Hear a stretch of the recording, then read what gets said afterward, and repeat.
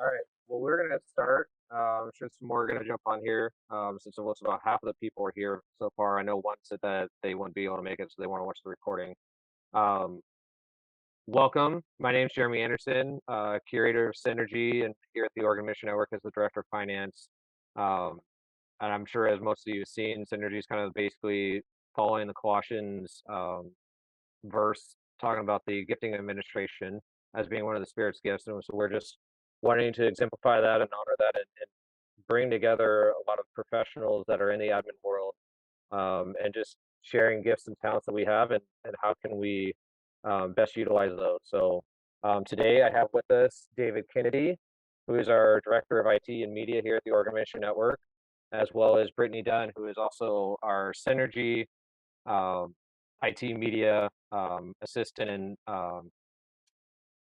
liaison for any and all things that we're trying to build out through Synergy. And so I've asked the two of them to kind of share their thoughts and ideas on social media, some hopefully some how-tos, tidbits that will help you guys out with your guys' churches. And so as we move forward, we're going to start with Brittany. She's got some things to share. And so go ahead and take it away, Brittany. Well, it's nice to be here with you guys today. Thanks, Jeremy, for asking me to hang out. So David and I kind of split it up a little bit where my side is kind of maybe like the content and some ideas in that way, and then David's going to kind of talk about some of the more practical and the tools. Um, so I have a couple. I'll share my screen here really quick. Um, do. There we go. Okay, so I want to talk a little bit about what content kind of, well, at least in my opinion, what content should kind of be social media. I think with churches, like up to this point, it's kind of been not every church, but a lot of churches, it's been maybe like a bulletin board or something where we can try and like get people into the building. And I think that it can be more than that if we want it to be. And so these are some of the things in like doing some research and different things that and trying just on my own with the social medias that I run, kind of some things that have worked. So like to start off with, the main thing, if you get nothing else out of this, is that I think that social media can be used not as a way just to bring people in, but as us to almost go out to the people. And instead of like waiting for them to come into our four walls, it is one of the things that I think that can go with some of those outreach things that we do. It's like we can go out to where people are. People spend average of 2.5 hours a day on social media. And sometimes that's more than they spend in the walls of our church or watching our online streams. And so I think it's a really huge platform where we can go and be with the people. So I wanted to break down just a few tips that I think will work, especially for people who maybe for churches that don't have someone on staff who you can pay to do it like, full time, because most churches can't, which is totally fine. Um, so the first thing is to choose your platforms. So there are a million and two platforms out there that we could be choosing. And you have no need to be on them all. Like for example, I run the social media for Real Life Church where I attend, and we are on Facebook and Instagram. And we just recently started TikTok, which is still really new for us. But we're not on Twitter, we're not on WhatsApp, none of those. So like we're chosen based on our demographic and based on those within the community. For churches, I would suggest, if you don't know much about all platforms, to stick with Facebook and Instagram. If you have someone who can, it's more than just you doing it, then TikTok could be a place for you. It is a little bit more time consuming and a little bit more work. So if you're choosing your platforms, choose the things that are going to be able to be sustainable, and so you can do them long term, and so that it's not like taking up all of your time. So that's why I suggest usually Facebook and Instagram, they go really well together. They're owned by the same company, and a lot of the same content that you can post on both platforms, so it's not any more time. A lot of your younger people are going to live on Instagram. A lot of your older people are going to live on Facebook. And so you're kind of reaching both demographics that way. Um, so that's why I suggest those two. It may be different for you if you have a large college population, or a big, if you're a youth pastor or whatever, then you're going to look maybe more at TikTok. But for the average church, at least right now, that one's not necessary. The second thing is to post often. So the if you guys have ever heard the term algorithm before, it's basically just means the formula for social media. And one of the things that the formula will reward you for is post often.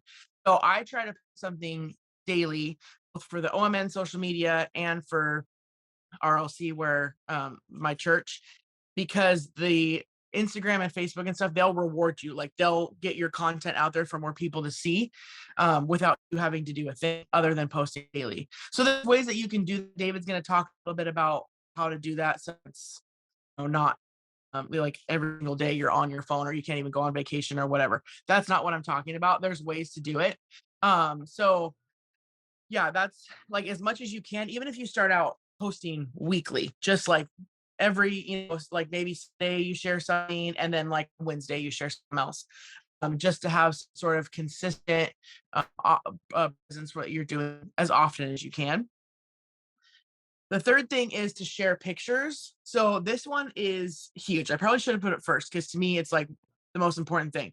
Social media was meant as a way to share, originally it was like as a way to share your life through photos and stuff like that. So not only that, but humans like to see themselves and they like to see the community that they're going to be a part of. So if you have Sunday stuff, you can take pictures of that super easy. If you have Wednesday night things, if you have events, sometimes on a Sunday, I will just take a whole bunch of photos, maybe of just like different people even looking at the camera smiling. And I can post, not even use them on a Sunday, but I spread them out throughout the week so that people can see them. Pictures always, always, always get the most interactions, views. Instagram, especially, but also Facebook is going to get your stuff out there more if it's pictures, not just words, graphics. So when I tell people who don't do social media often, one of the easiest things you can do, one of the best things you can do is just start taking pictures of your community, your church, the people in your church, and share those. Even pictures of your building or, pictures of your town that you live in, like King Circles in Corvallis, throw a picture up of OSU and talk about praying for the university. Anytime you can put a picture up is best. And when people come to your social media and they're looking at it, they're not seeing just billboards of graphics. They're seeing the actual community of people that they would be a part of and what's happening in those people's lives. So again, if you start out as like you have no social media presence right now, or you have one and it's maybe not getting the traction that you'd like, this is one thing that you can do is like your feed should be pictures, pictures, pictures as much as possible. If you don't, I've had some people say, oh, I don't have like a nice camera, or we don't have anyone. Like everybody, not everyone, most everyone has a phone. Even my 80-year-old brother has a phone and just terrible pictures on it. But you can take pictures on it and it doesn't have to be the highest quality, which I have some examples of churches that are just it's obviously a phone camera, which is totally fine. It's super great.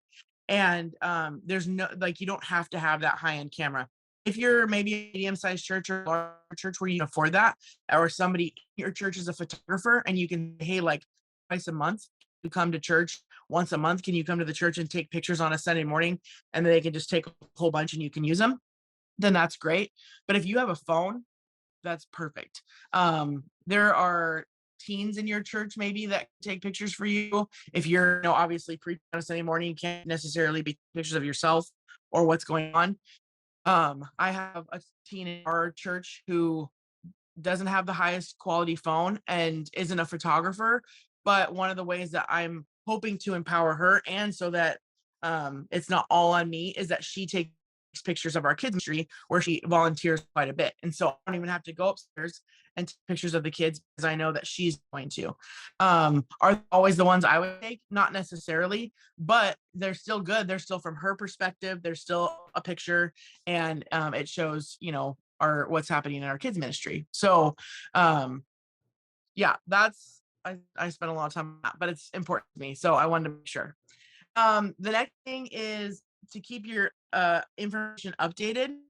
So when Jeremy and I were started talking about synergy, one of the things we were looking at was trying to find Facebook pages of our churches and see, like, is this something that they, are doing? Our churches utilizing Facebook, Instagram, and one of the things is that oftentimes information on your Facebook and stuff is not up to date, and this means like your service times, your email, website, social media, address, anything like that somebody could use to contact you or to see information that they need is super important to be on your social media. Um, Probably before COVID, a lot of the way that people found churches was you would just Google churches in your area, and that's still used a lot. And then your information can be right there. But more and more, especially younger people, the first thing that they do to find a church is they go on to Instagram or Facebook and they look it up. So if your information isn't right there with your address, with your service times, it's going to be really difficult, and they may just move on. So for the purposes of them finding out about you and maybe coming to a service, it's really important that your information be there. And the website is somewhat, they're like, researchers have been talking about, somewhat secondary to social media as far as that part. Second to last thing is use a scheduler.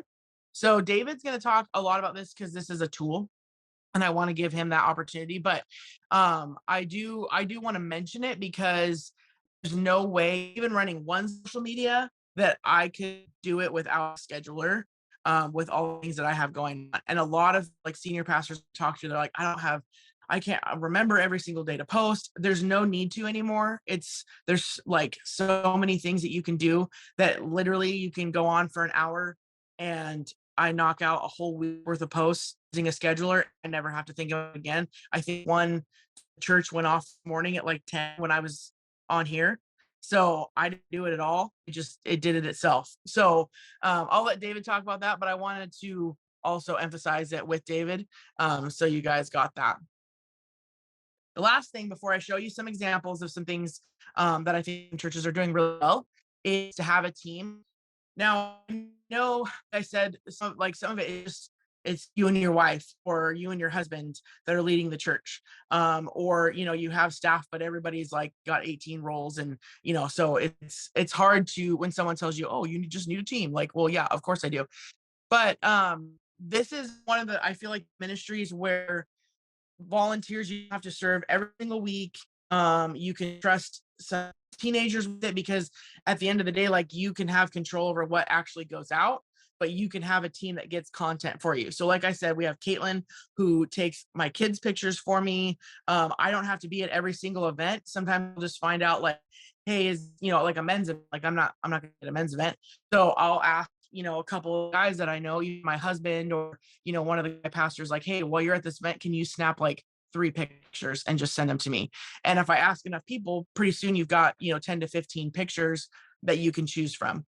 There's different ways that you can include people that even like the online community. We have had a young guy who is at college and he watches us online, but when he's home, he has a drone and he took pictures of our whole building, parts of Salem that we wanted to highlight, different things like that. And so it was like, I don't have a drone. It wasn't me. I had no way to do it.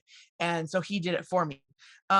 This also can be, if you have young people in your church who know social media really well, they can do things like, hey, this is like a trend that's going on, you could do, or hey, this is, like did you read this article on algorithms that Instagram just changed? So they can even just research stuff like that. And so then you're not having to spend hours and hours trying to find articles, about how this all works. But this is really a great place to get people of all different ages. Like I said, they don't need photographers. If you have a photographer in your church, that's fantastic. They're almost always willing, if you ask, to come and take photos. If you have someone who has any sort of like design or anything, oftentimes like I've asked and they like, oh yeah, I totally will even volunteer to do that. So that's a way to have a team without like, I need to go recruit 18 people to do this every single day, because I don't want to put that pressure on you at all. So I know that was really fast, but we if you have any questions, like David said, we or Jeremy said, we can put them below. I want to show you a couple examples really quick of some churches that I think like they're different sizes, they're from different parts of the state, and that they're doing things really well that I just want to highlight. So first of all, this is a real life church in Goshen, which is down by Eugene. It's just a real small town. This church started as a church plant and just recently got into this building, Goshen. And so they're not a giant church, but I think for the resources that they have and the size that they are, they're doing a really good job. Like I talked about at the beginning, their information is right there at the top. Their service times, they have their website, they have their address right there, and you can message them, you can contact those little buttons. And then a lot of their social media is pictures. So often if you click on these, you can see that like these are phone camera pictures. These are not like professional, super fancy, whatever. And it's totally fine. They're capturing, this is like a camp one right here. This one is just a Sunday morning. This is some work they did on the building. So they're taking all these opportunities to have pictures. Someone at the event or on a Sunday morning is taking photos of that, which is super great. And like I said, they have their service times and everything, which is really big. They even have what looks like to me their mission statement, so so that kind of their heart behind ministry. This is just some more highlighted things of there. Like I said, this is a Sunday morning post of what appears to be worship, and then a ladies small group that they highlight, just so if I was new, I can see what's going on in their community. Also, if I'm part of the community, maybe I like to see myself on the Instagram, or I feel like I'm included in what we're doing. King Circle, which is Haley's church, I think they're doing a really good job also of pictures. This one I wanted to show just because it's, we don't, a lot of people don't do baptisms every single week. But when we do this, these are really cool events that I think should definitely be taken pictures of. This looks like it's a nicer camera. Maybe somebody, even like one time we had baptisms at RLC, and there was a family member who came to watch their family member. They didn't even go to our church, but I saw they had a really nice camera, and I said, "Hey, would you mind sending me those?" And they did. And then I didn't even have to do it. They had really nice, we had nice photos for the baptism.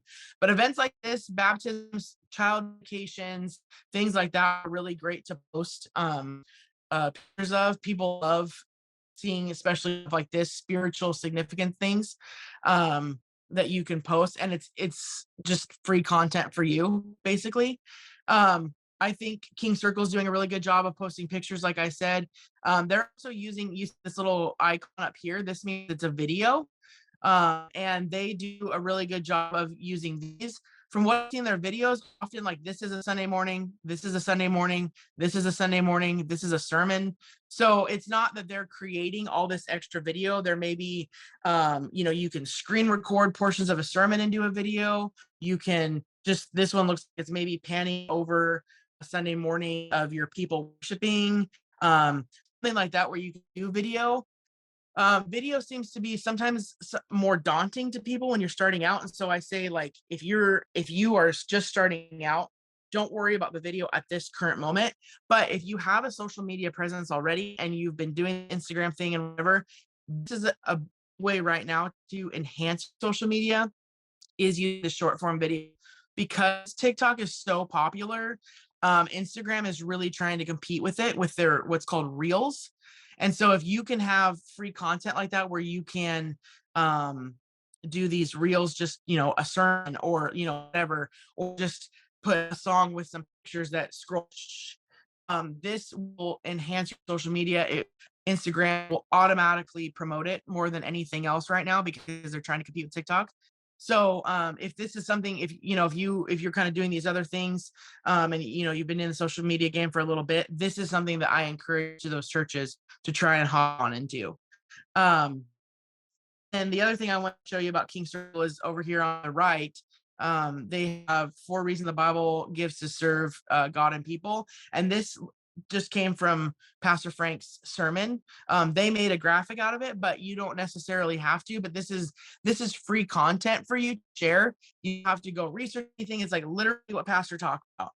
If you're the pastor, it's literally what you talked about, where you can take your 4 points, or whatever, and put it on your social media. Crossroad and Florence, they have the same thing here on the left. This is a quote from when Pastor Letitia preached. And they just used a phone camera picture of that they took of Letitia preaching, and they put words over it. There's a lot of different ways that you can make some graphics like this. I think David's going to cover.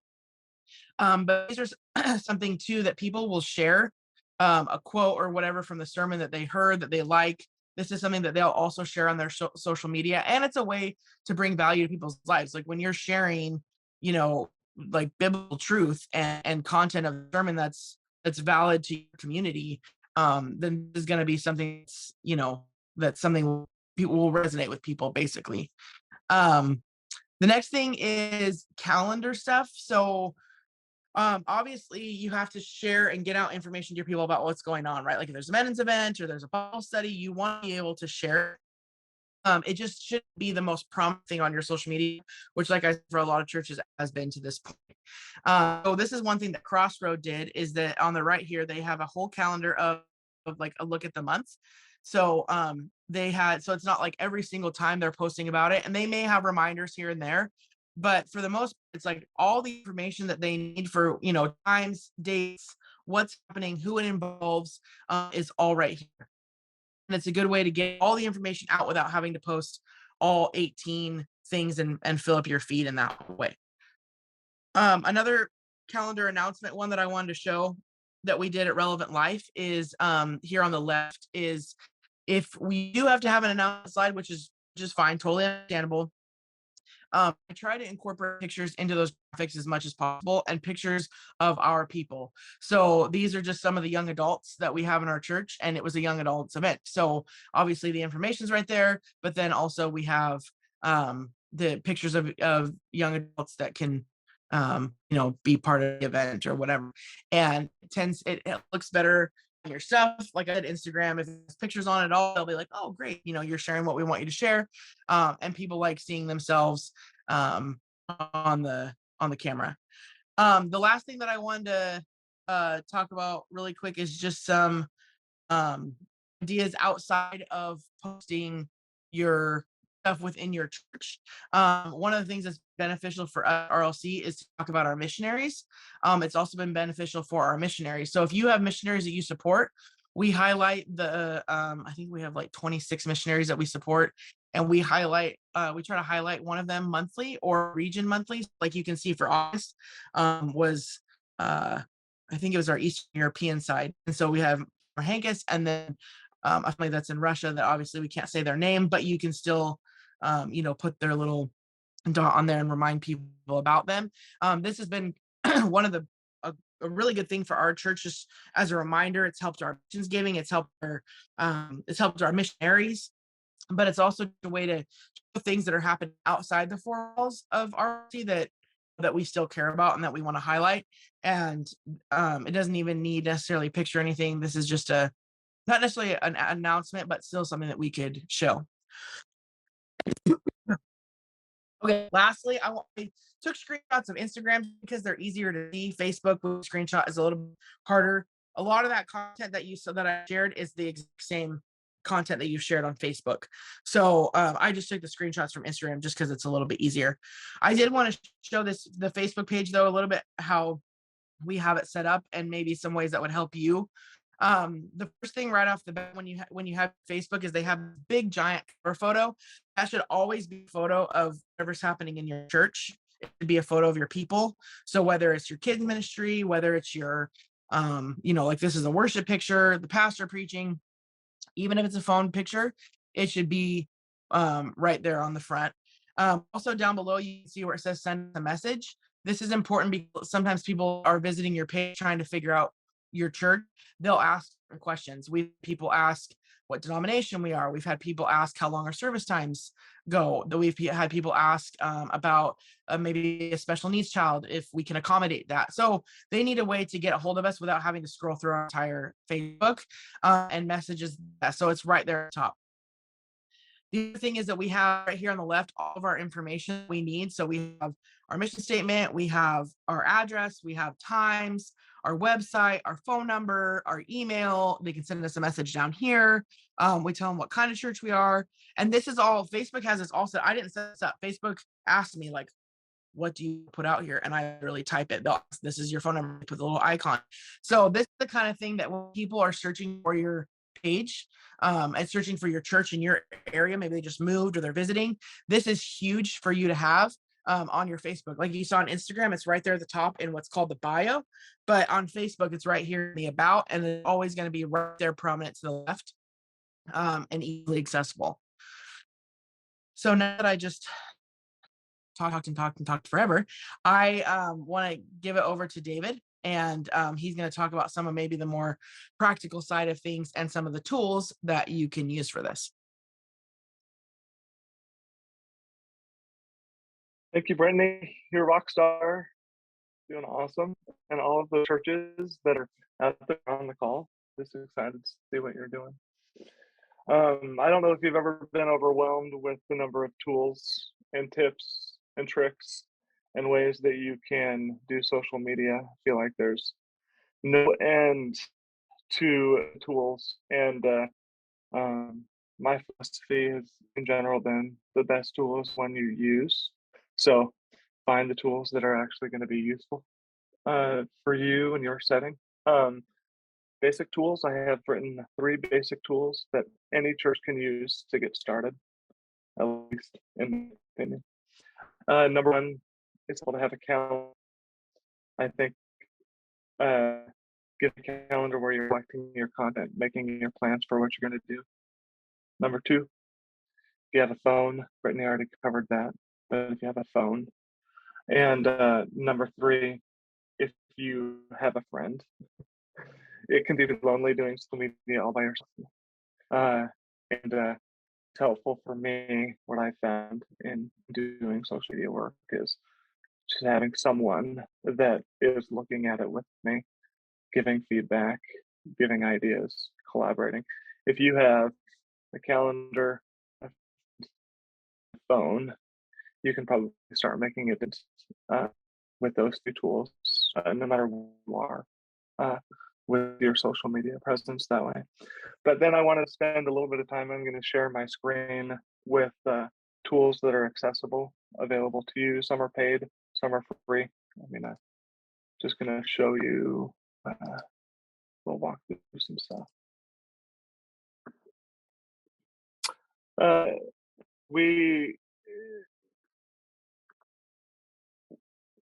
jumped in and assessed social media for the network. One big challenging part was we had multiple people in multiple departments, and being able to plan and have some processes in place for planning content that we're sending out. There's a good chance maybe in your church you have multiple parties that are planning events or would have ideas that you want to bring to the table. We began using a tool called TeamUp. It's there's a free app on that you can. It's a free app. There's a free level to the tool. It's basically a pretty straightforward calendar app. The reasons that we chose this is because we could share it without requiring another login for someone to need to add them. You can set up shareable links that people can access the calendar, and you can give them permissions with links that way directly. So this is where square one. We work to collect the content that we're planning to send out. So you can the next part specifically with this tool, we're looking for a place to capture the copy that we're sending out with each post in advance, and we're looking at where it's going to go. and then we're looking at the status, what the status of this post. There's this side on the calendar, and then there's graphic side on the calendar. We can dig into that some. I have a philosophy for keeping track of things that I've adopted, and almost everything is I try to think one to one. I try to make sure I name this in very straightforward, plain ways, especially if you're in a team context where you don't want to spend your time looking for photos or looking for graphics or going, where is that video, where is that photo. You can spend a lot of time that way. So the more that you can think one to one, and I'll switch over. We have a file system where we name everything by date and collect things in advance. So if there's a social post that's scheduled to go out for us, there's a corollary folder in our shared folder in Dropbox that has all of the content that we're collecting and curating, so that if Brittany is building something, she knows where to go for it. If another team member is going to post it, you can it gives an ability. What you're going to want to do, at least what I would encourage you to do, is try to build team around so that you're not working alone as you're doing this work. So that's the calendar side. This is content curation. The other that I would say is do statuses. We have statuses that we use to identify the content that we're curating and sending out, whether it's just an idea, whether it's something that needs to be reviewed, whether it's something that's ready to go and it just needs to be scheduled, or it's something we have ways that we're starting to label that we've been doing this for a while, but we label the status of what it is that's going. Have a general rule. I always like to have a 1+1 review content copy that's going out. Just what's going out is accurate, dates and spellings and names and things like that as much as possible, to build in almost a second editor. If you, as you're sending stuff, as we put our best foot forward, do that way. If you don't have a person that can help you with way, there's a great tool. Have you guys heard of Grammarly? Grammarly is a great tool that is accessible. Let me find one of our post copies. You can drop your post into Grammarly in your web browser, do a spell check, grammar check, and all of those pieces for you. So we send content through Grammarly. Almost all of our content goes through Grammarly just for one additional set of eyes to see everything that goes out. It's Grammarly.com is what we use. So that makes sure spelling and grammar is the best that we can. Another that you should be aware of, or set of tools, I guess, that you should be aware of, is when you're writing your copy, the stuff that's going to go along with the graphic of your post. I don't know if you've noticed on your side, I feel like I begin to say everything exactly the same way every Friday. I'm like, yep, I pretty much, you can go through and I use the same words and I use the same patterns and I use the same sentences, and they all sound same all the way down the line. And there are a number of, most of these are paid, there's a number of copywriting apps that you can use that use artificial intelligence to help rewrite copy, so that you, at least for me, it's a way to see things in a different way. This is one I paid for a lifetime license personally that I use. I bring copy to it. So it's a little long. I can put in, I can choose a tone of voice. I want it to be friendly. And I click get text. And over on the right hand side, it thinks for a minute. And then it gives me a fresh paragraph using the content from the other side. I don't always use the whole thing. Sometimes I just read phrase, one sentence. Now I know this is a little bit overwhelming, maybe at the beginning, but as you get going and start working at it, I have found this super helpful in moving forward and keeping things that way. So, copywriting tools. There's one that we've looked at in the past called Copy.ai. It's all of these things will just help you with the copywriting aspect of social media. Grammarly is another piece. Other part is, do you have an inbox? So if that's the calendar. We track statuses here. Let me finish up the calendar and jump to my next set of tools. So that's Team Up is what we use. As you can see, there's a free tier with Team Up if you just wanted to try it. If you had any questions, I'm glad to help that way. We use a number of different paid schedulers. Facebook, for what we're doing anyway, Facebook is now providing native tools that don't cost any money to do a fair bit of the scheduling that you would need to do across Facebook and Instagram. If you're pushing in onto different platforms, you potentially need to look at some other services that offer those. But using Facebook Business, which is a native tool that you can access both on your phone and through a web browser, you can come and you can schedule in advance your content as far as you can go. You can schedule your content that way. So you can see what's there, where it's at. Also gives you a chance to come in. Here's one of our synergy posts. Gives you a chance, you can come and see how many people have been reached. If you aren't using what is now called the Meta Business Suite, I'd encourage you to jump in. It's going to be a helpful tool as you jump in and actually schedule the content. You can schedule posts or stories that way directly through Facebook.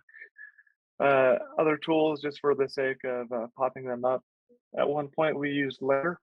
Later is another scheduling tool. I pulled this up. They're generating a lot of content that's helpful when you are social media is changing as fast as you can keep up with it. You're going to keep reading. Their Instagram is regularly changing their tools that are available, the ways that you're going to post. It's tiring at moments. So I would come and look at Later as a potential resource. Try and keep up with some of where things are going in that way. And Buffer is another one. It's a scheduler.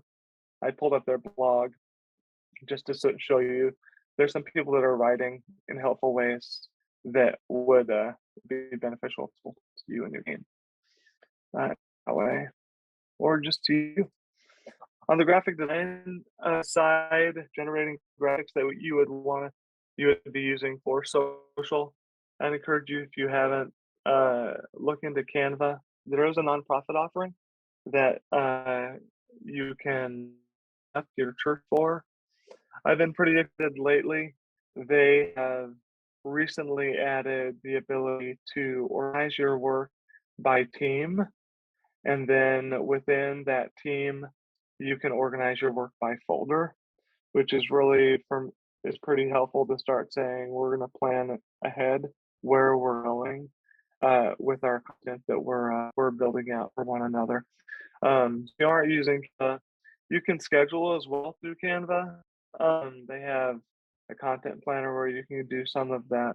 We haven't used it in our use case. We've tended to stay, but those are things you could look into. So if you aren't already familiar with Canva, if you wanted to level up some design for your social media, we use a service Sunday Social that is just generating graphics all day, every day, generating graphics that you could use. This is a paid service. We don't always even use all of their graphics. Just come here. They're making graphics for the church, specifically for space, and often we'll even just come and look for inspiration around what they're doing that way. So Sunday Social, if you haven't seen it already, I encourage you to look into that. I'm not familiar, so I'm an old fuddy duddy. I tend to live more natively in Facebook. I do it on Instagram, but I do travel to Instagram at times. Brittany is fantastic at pushing. Find others in your church that are already using it and let them come and tell you how to do it. We have a new staff member on our team at the network, and she came in and said, I have some ideas for Instagram. And I'm like, I want to hear all of them. She's probably 20 years younger than I am. I said, please sit down and tell me all the stuff that I don't know. And if you have people in your church, your teenagers, whatever, should be possibly doing it this way. This up page on Facebook. Facebook gives you the ability to save items as you are scrolling your feed. Something you may or may not know is that you can create collections that are shared across different users, so that I save things to a save set, and my assistant in the office, Adam, is saving things. So as we're browsing, you can pull things, and then we can sit down and look at this as a saved set of posts we saw in our everyday life as we were on Facebook or we're there that we're putting it together that. Another big piece that way, and I do this with Brittany at times, is I just screenshot from my phone and I'll text her. I'll be like, hey, here's an idea. Here's a thing, just to sort of start capturing things for social media. If you're going to post every day, depending on where you're at, posting every day may seem overwhelming, daunting. Find ways to start collecting those ideas as you go. And then working with someone else is going to help you in a significant way. The other big thing that I use is to encourage you to use some sort of a note app. I don't care what it is. It could be Google Keep. I use Mac guy, so I use an app called Bear, which is a very basic text-only notes app, but it's searchable. So when you have an idea and you're standing in line at Walmart, you capture a note while you're there, tag it somehow where it's searchable, so that when you come back and you're doing your calendar work, you can start to go, oh, I had that idea when I was there. For that, you could use another one is Evernote, or just the text app on whatever your phone is that's free. It doesn't matter. The main thing I would encourage you is let it make sure the icon has is searchable. That. Let's see more things. I know all of you have tons of time to be out on the internet looking for tips and tricks and reading all of those blogs all day when you're not preparing sermons and making visits and all of those other pieces. I have 2 emails that I have found pretty helpful to me. One is advice. The reason I like it is because they give typically a list of, hey, here's 5 things to work on about Instagram Reels. Here's 5 Instagram Reels ideas that they'll pull from an article and will end up. It's a daily email. That could help you if you're generating content ideas. I would look there. The other one is Sunday Social. The place that builds graphics. They have the same kind of newsletter that they also send out regularly that has specific content ideas for you on for social media for churches. 2 others. See if I can get this up. Sorry, it's blurred. It's not going to unblur. Yeah, there it will. The public relations person for the Assemblies of God, his name is Forrester. He wrote together actually articles from a number of different leaders called Trending Up, Social Media Strategies for Today's Church. There's some pretty helpful content there that would help you that way. And then another name, if you haven't heard it, her name is Nona Jones. She is an executive at Facebook, but she's also committed Christian. She has a book called From Social Media to Social Ministry that may be helpful for you as you develop philosophy and theology of what social media should look like for your church. Let's see. Workflow wise, I have just a few, and then I'll turn this back over to open the floor for questions. Inspiration. If you're not already, think about who your church is and what your church does, who you are. Your social media should reflect that.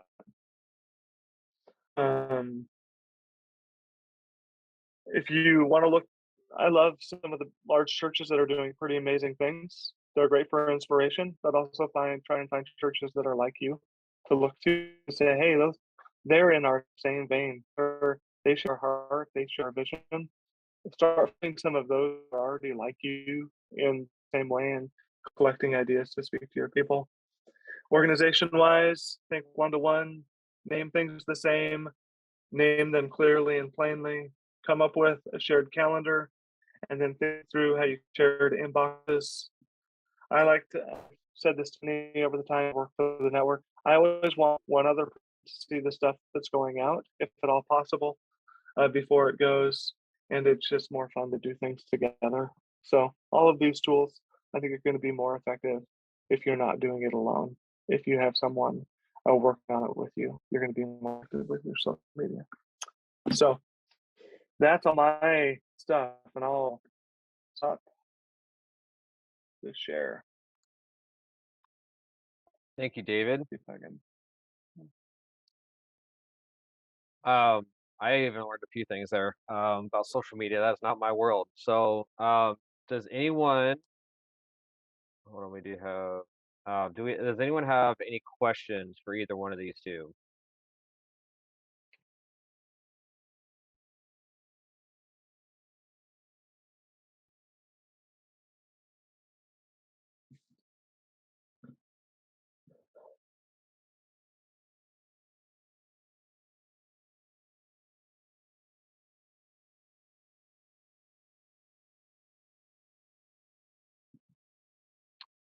Okay. Here we go. Here, how should content be different or same on stories, posts, or reels?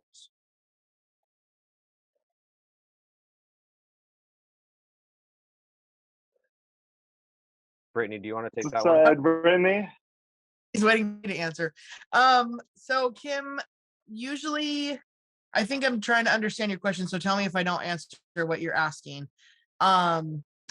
Usually, what I'll do if you're using Instagram, it's important to use stories for sure. Oftentimes, if I make a post, I will almost always share it to the story so that it's seen. Or what we're trying to do more and more at the network also is make actual story size posts, which the app that David showed you of Canva, literally you don't have to even know that. I don't even remember the dimensions at the time. Canva does it for me. And I will try and make, I'm using a graphic, I'll make a story size, square size, and then like a portrait size, and all the same, just different sizes. If I'm sharing pictures, I try to take ones that are both like maybe horizontal that I can share a post, and then I try to take some that are vertical that I can share in my story so that people can click through. Before TikTok was a thing and Instagram came out with their stories, they were promoting that really heavily for us, and so then we didn't have to do anything, and so they still do that. Reels. I think that you can post a lot of the same, like even photos. You can, some of the same photos you've used, you can put in a reel with music, because it will reach different audiences. And if it's goes really quick through it, you half the time people won't even know. But I think save yourself like time. I don't think you should be making. You didn't spend time making like a different post for your story, a different post for your post, that's a different post for Facebook. Like as much as you can do the same thing with the right dimensions, I think is gonna make it more sustainable for you and more long term, if that makes sense, and if that answered what you were asking. Yeah, that helped. I just didn't know if I needed to create different content all the time, if that would change the algorithms of what's being seen and what's not. It is right now what we do is just kind of what you said, post 2 stories from original post, or go see what we just posted. We're not huge into reels quite yet, but just trying to navigate how to move forward. So yeah, that's helpful. Thank you. Yeah, I think try as much as you can. Like if you post something, for sure share it in your story so that people can see like, hey, I just posted this. But if you have something like, for example, with the Synergy webinar, we did like an actual post a couple times, but then we did on Instagram just a couple stories. So it wasn't linked in our feed anymore, but it was stories with the link. You can now put a link to anything that you need people to register or give or sign up or whatever. It can go in your Instagram story. And so in order not to saturate the same graphic on our feed over and over again, we will create just a story post. And just yesterday, I just posted, I think it was yesterday or maybe last week, I posted just the story with the link so that we're not just posting the same post over and over and over again. And that can be a way with stories that you use more for your announcements, because they only live for 24 hours. They don't, stay on your feed for forever. And then I would like, especially I've seen some of your guys' meeting. You guys are doing a good job, by the way. You post a lot of pictures and stuff of your event, so it's really good. Yeah. You guys have like the time and space to maybe create some reels. I think that would really help with your guys' social media too, where literally like about King Circle, just pan a worship service from someone in the back, or having baptisms, and you can take a video instead of a picture of someone going down and coming up out of the water. Just things like that you can post could be really cool, and it wouldn't necessarily take you that much more time, hopefully. Then you wouldn't have to necessarily create something in that way, like graphic or something. Thank you, Brittany. Next question, in regard to algorithm, what steps can we take to ensure people actually see our post? Post stuff they care about, but then there are numbers, and have to kind of keep reading because they are changing algorithm, it seems like, regularly, at least in where I have an article that says, I believe, depending on the number of followers with Instagram in particular, you need to post 7+ times a week in order for most of our organizations, in order to actually you get a bump with their algorithm. That's a few months ago that I read that. And so there's a certain, as Brittany commented earlier, there's a certain number where when you post often, they're going to them up that way. So Dan, let me follow that other. up. Go ahead. Did you have another? No, go ahead. So what if I don't have a team to do 7 posts a week, and I don't, I can get to that, but it just, right now for step 1, I might only be able to do 1 or 2 posts a week. Is it not worth my time anymore, or like what would you say is the possibility that to still put content out there, but if I'm not able to have the time to do what should be done as if I was a paid staff? You start where you can. So I wouldn't discourage anyone from utilizing social media because you can't optimize the number of posts. Start posting. Once you start posting and are consistently posting, your systems are going to come in line. Your calendar, finding and all of those things are going to come up if you're intentional about it, where you can start to hit the target number of posts. You don't want just filler though. So there's always going to be a balance, I think, with your with the content that way. There's a question for me that, especially on the Instagram side, or if someone's scrolling through posts on page, although the Facebook side doesn't matter what you do, at least in my opinion, when you go and look at their page. But on the Instagram side, if someone scrolls through that grid view on your profile page, what is the impression they get if they are scrolling, seeing all of your posts? I was on a call with the person who oversees social media for Life Church, the big Life Church, Craig Rochelle Life Church, and he commented that they on purpose want that to feel like a living room or coffee shop rather than a highway with billboards. And that's pretty easy to tell, and it's a pretty trap to fall into. That if your church is doing a lot of different things, it's on the old man, there's a healthy tension that we're trying to navigate. If that is just events selling all the time, it's not relational. So you want it to feel like a shop or living room where you come in and get a sense of your church and who you are and what your voice sounds like and what it looks like and feels like to be a part of your organization. So, Jeff, I see you have a comment on pics. Do I understand right? There's looking at them in a more traditional widescreen versus a lot of content now is taller by nature. So, and sometimes it's cropping, maybe in funny places. It seems like. Do I understand that right? Yeah, that's that way. Yeah. So I think my understanding just over a number of years in my reading and best practices is that when you're designing for social media, you should be designing for your phone. And the reason that things began to go taller rather than staying wider is when you're scrolling the timeline, it's more real estate. If you have an aspect ratio is a taller aspect ratio, you are ending up with more real estate on their phone. So it's literally taking them longer to swipe past your content. So that, at least at the very basic, when people first started pushing content, it was straight like it takes longer to pass this square photo than it takes to do this narrower, more traditional aspect ratio. And as you've seen, I think almost all content has gone taller, taller aspect ratio. So I think it can turn. If you go look at social media size, if you tried to make every size that's recommended, it's just annoying.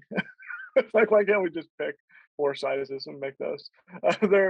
There's a whole bunch of different aspect ratios that you can make your graphics that way. But I would encourage you to design for your own first, because that's where most of them are going to be interacting with your social content is on their own. And with that, unless there's a specific reason, I would say you're probably going to want to go taller. We design everything really towards a post size now or a story size. So post would be 5'4", it's not a square, it's a bit taller than a square. Then we're going to use some safe margins that they fit in square nicely on the Instagram side of the equation, so that we just try to design towards those cuts, if that makes sense. Knowing, hey, it's going to cut the top and bottom. So we're going to design all of our graphics knowing that we don't want to be weird cut as much as we can avoid it. That becomes hard. Does that answer the question that way? Yeah. Acacia, to your question, she's asking about posting every single day and the Instagram algorithm will stop showing them. So she's asking about stories for that. I found the same thing. If you post every single day on Instagram and make an actual post with no story or whatever, it doesn't like it. So with Instagram, what my rule is I try to figure out what I live on my feed forever, which is photos. So Sundays, I always make its own post. We always have a scripture or a quote from the sermon, and that graphic that goes always has a picture with it of whoever's preaching. So trying to make as much of my posts have photos as possible. The Instagram will reward you in that way. If you're posting like half and half graphics and photos, it seems to not like it as much. um, so if what I've tried to do is for things that are event related, there's an initial post that goes out and I try to make that graphic have photos. If I have a reminder post, maybe I'll take photos from a previous event, like let's say youth convention's coming up. I can post photos from youth convention last year as a reminder of this year's, and not post like a graphic that says OYC. Instagram tends to reward me for that. Also, when you get interactions, because people will like and share those type of posts more, Instagram likes that. So the more photos you share, the more it gets shared, the more likes it gets, then Instagram will reward you. But once I've done maybe my initial post for OIC, maybe if I need to do, let's say I have 4 posts total, my initial one will be like a graphic maybe. These 2 I try to do just stories. And then the 4th one would maybe be like a reminder with like the pictures from last year, like I talked about. So, but these 2 in the middle can be just stories. They don't have to be a whole other post. Would count as daily posting on Instagram. And they tend to like that better. Especially if you post a graphic, like I said, that's the actual story size that looks like it's meant to be a story and not just I screenshotted from something that wasn't, it was a square and I'm just trying to fit it. If you have the time and the ability to make it longer and into a story, then I would do that and post the link so that nobody has to go to your page or your bio or whatever. It's literally right there. It's as easy as possible for people. And they just click the link, register for OIC, and then they're on their way. And so I think for ROC, I only post an actual Instagram post maybe, I want to say 4-ish times a week on average.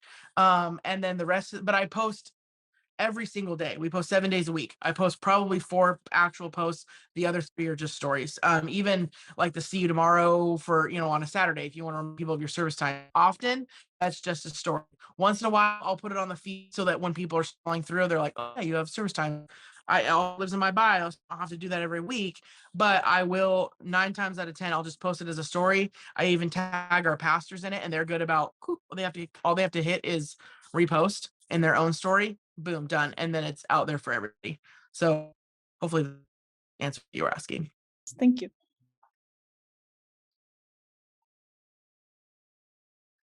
All right, with that, I want to say thank you to everyone for joining us today. It's been a pleasure, and we here at the Oregon Ministry Network just want to thank each and every one of you for the service that you provide your churches.